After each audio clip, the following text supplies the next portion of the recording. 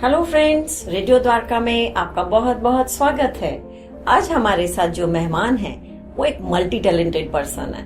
Judo instructor हैं, Zumba classes लेती हैं, योगा भी सिखाती हैं और इसी के साथ उन्होंने जूडो नेशनल लेवल तक और बास्केटबॉल स्टेट लेवल तक खेला है। तो आइए मिलते हैं हमारी आज की मेहमान मिस पल्लवी ढींगरा से।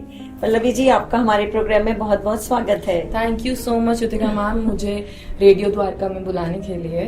और आज मतलब मुझे ऐसा लग रहा है कि हाँ, मैं कहीं बैठी हूँ जहाँ मैं अपने बारे में बता सकती हूँ कि हाँ मैंने क्या क्या किया है। थैंक यू सो मच मुझे यहाँ बुलाने के लिए।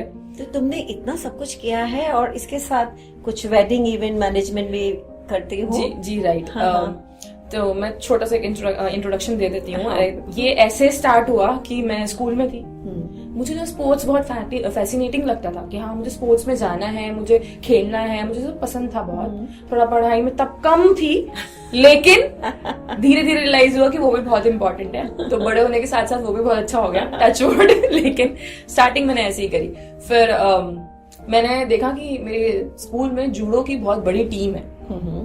मैंने ज्वाइन किया, मैंने स्टार्ट किया। मैं बहुत छोटी थी, 5th क्लास में थी। 5th 6th 7th तक आते आते मुझे समझ में आया कि हाँ मैं ये करना चाहती हूँ। उसी टाइम मुझे पैशन को पहचान लिया। उसी टाइम कि हाँ मैं खेलना चाहती हूँ। मैंने बहुत मेहनत करी उस चीज पे। मैंने खेला, मैंने काफी टाइम, मतलब आई गेस मैंने स्कूल में 7 से लेके 12th 3rd ईयर तक तो खेला ही है एज अ प्लेयर। उसमें मैंने काफी सारे जोनल्स खेले हैं, काफी सारे स्टेट्स खेले हैं, नेशनल्स खेले हैं। फिर एक एक्स्ट्रा गेम खेली, उसको मैंने बास्केटबॉल ज्वाइन किया, उसकी तरफ टर्न किया एंड उसमें मैंने स्टेट लेवल तक रिप्रेजेंट किया है। एंड देन मुझे रियलाइज हुआ कि मुझे स्पोर्ट्स में ही कुछ करना है। तो प्लेयर ना बन के मैंने सोचा कि मैं फिजिकल एजुकेशन टीचर बनती हूँ। तो फिर उसके बाद मैंने उसकी तैयारी शुरू करी। जैसे मैंने दिल्ली यूनिवर्सिटी में एज ए स्पोर्ट्स कोटे में मेरा एडमिशन हुआ, क्योंकि मैं नेशनल प्लेयर रह चुकी थी। तो बहुत इजीली मुझे एडमिशन मिल गया। सब कहते थे नहीं मिलेगा एडमिशन, ये पर मिल गया बहुत इजीली। उसके बाद मैंने उसी में फिजिकल एजुकेशन में ही अपनी बैचलर्स कंप्लीट करी। उसके बाद मैंने केंद्र विद्यालय में एज अ फिजिकल कोच 3 साल काम किया। Wow. Then I shifted my career towards gym instructor. थोड़ा सा स्कूल के टाइम मुझे ये होता था कि हाँ स्कूल से कुछ हटके करना है, कुछ और नया, जो नया आ रहा है। तो उस टाइम पे ना जुम्बा बहुत नया आया था। और बड़ी तेजी के साथ आया था, बहुत ही फ्लो के साथ। So I used to live in Dehradun तब। तो वहां पे जुम्बा इंस्ट्रक्टर्स थे ही नहीं। तो मैं शायद टॉप 3 लड़कियों में से थी जिसने जुम्बा इंस्ट्रक्टर कोर्स किया था देहरादून में रह के। वाओ। तो वहां से मेरी जुम्बा इंस्ट्रक्टर की जर्नी स्टार्ट हुई। फिर मैंने योगा डिप्लोमा भी किया हुआ है 1 साल का, दिल्ली में रह के किया था वो। फिर मैंने एरोबिक्स का कोर्स किया रिबॉक से।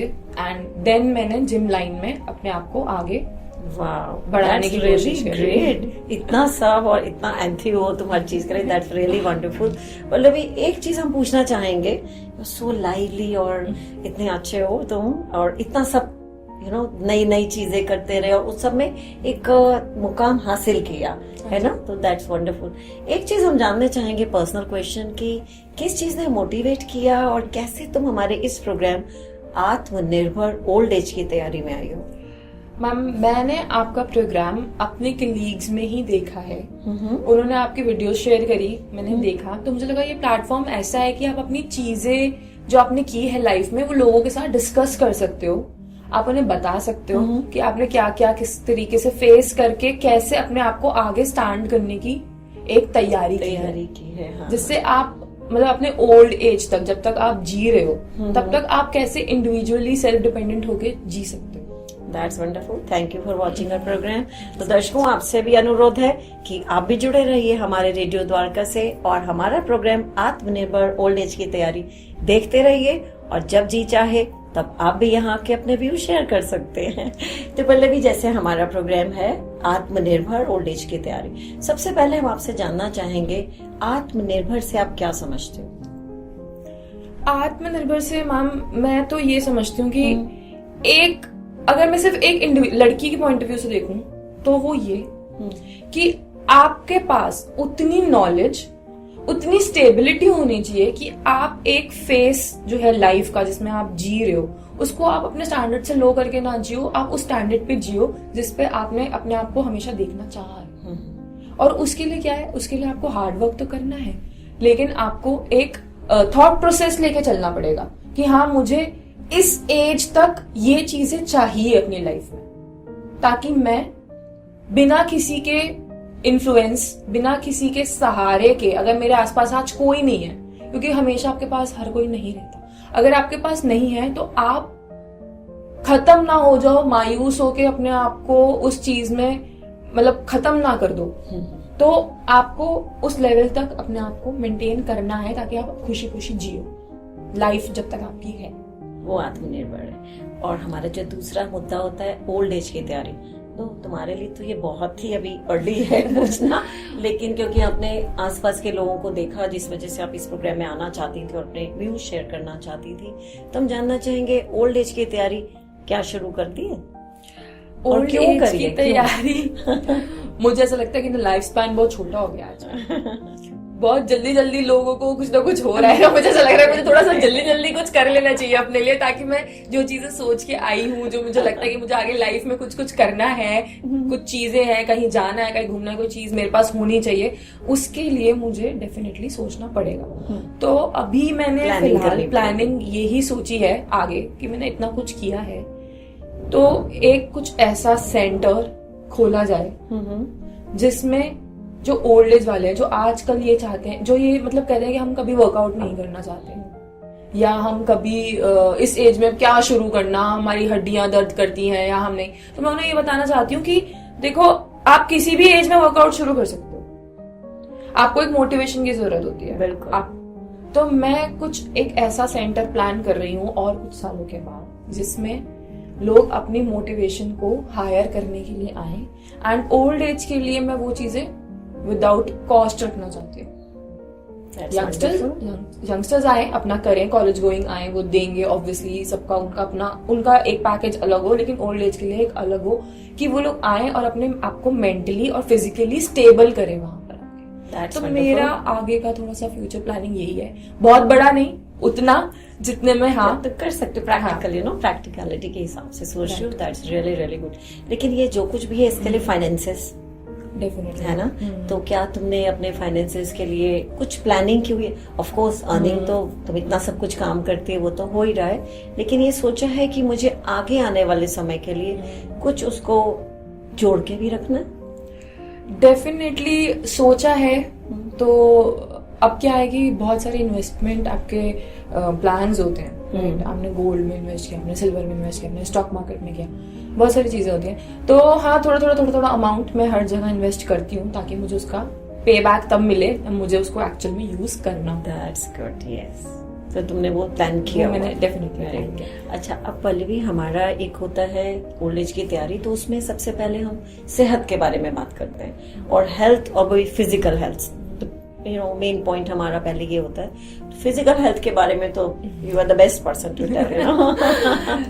ओके, तो देखिए फिजिकल हेल्थ मैं बता दूं, मैं फिजिकल हेल्थ आपकी ना मैम तभी सही हो सकती है जब आप यहाँ से सोचोगे। तो पहले आपको मुझे लगता है कि मेंटल हेल्थ पे काम करना चाहिए, कि आप रेडी हो अपने आप को ट्रांसफॉर्म करने के लिए। जब आप यहाँ से स्ट्रांग हो तो आप फिजिकल मूव्स की तरफ, फिजिकल एक्टिविटीज की तरफ अपने आप को पुश करोगे। और literally I am telling you, 45 minutes of your daily workout will change your life. वो 45 मिनट आपने अपनी लाइफ को दे दिए अगर, कि हाँ मुझे 45 मिनट अपने शरीर को देने हैं। देखो आप डिसीजेस से दूर हो, ठीक है, आप जो आजकल अर्थराइटिस इतनी अर्ली एज में हुई, वो आपका बहुत लेवल तक डिक्रीज हो जाएगा।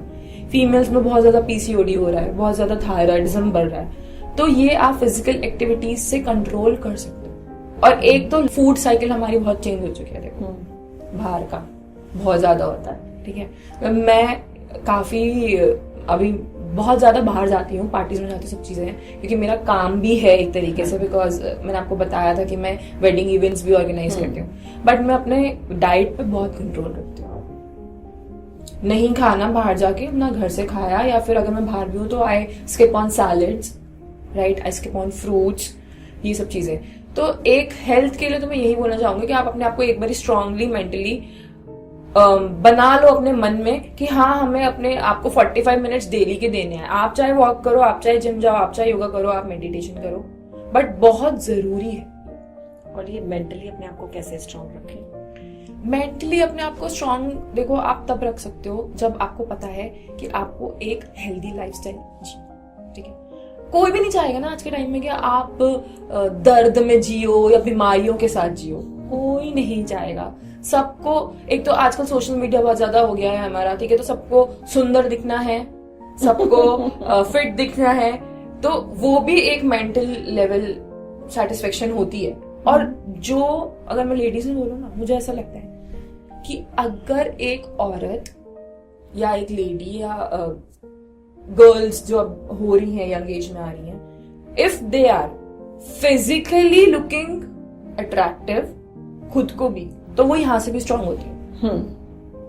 आई डोंट थिंक कि छोटी लड़कियां, ये तो किसी भी एज में, मैं कह रही हूँ किसी भी एज में, किसी भी एज में। हम अपनी अगर मदर्स को देखते हैं, आंटीज को देखते हैं, तो वो भी आजकल सब लोग फिट रहती हैं और एवरीबडी फील्स गुड। क्योंकि अब सबको हर चीज ट्राई करनी है ना, सबको हर टाइप का कपड़ा पहनना है, सबको बाहर भी जाना है, शॉपिंग पे भी जाना है, वेकेशंस पे भी जाना है, तो तुमको अच्छा दिखना, अगर तुम्हें उस चीज में अच्छा दिखना है तो तुम्हें मेहनत तो करनी पड़ेगी। ये चीज तो है। तो पल्लवी, ये तो एक एस्पेक्ट है अच्छा दिखने के लिए कि फिजिकली और मेंटली स्ट्रांग रहना है, क्योंकि अच्छा दिखना, लेकिन हेल्थ सिर्फ एक अच्छा दिखने के लिए नहीं है, अंदर से इनर हैप्पीनेस और अंदर से आप स्ट्रांग रहे, तो उसके लिए और एक एज के बाद आके, जैसे ये तो आज का है, हम जुम्बा कर सकते हैं, जिम एंड ऑल दैट, एक एज के बाद आके भी मेंटली स्ट्रांग रहें, फिजिकली स्ट्रांग रहें, तो क्या उसके लिए कुछ अभी से कर सकते हैं?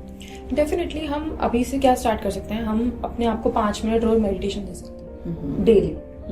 आपको जो भी पसंद है, आपको जिस भी टाइप का सूदिंग म्यूजिक पसंद है, आप बैठो रोज, जब आप उठते हो म्यूजिक लगाओ, आंखें बंद करो, think of your self, think of your life, कि आप धीरे धीरे आगे और क्या करना चाहते हो, चाहे आपकी कोई भी एज है, ठीक है। दूसरी चीज मैंने आपको बताया कि बीमारियां कम होती हैं अगर आप फिजिकली फिट रहते हो, नेचुरली वो चीज है, ठीक है। तो जब आप बीमार नहीं रहोगे तो आप डिप्रेशन में भी नहीं रहोगे, आप एंजाइटी में भी नहीं रहोगे। आजकल सबसे ज्यादा प्रॉब्लम क्या चल रही है, एंजाइटी।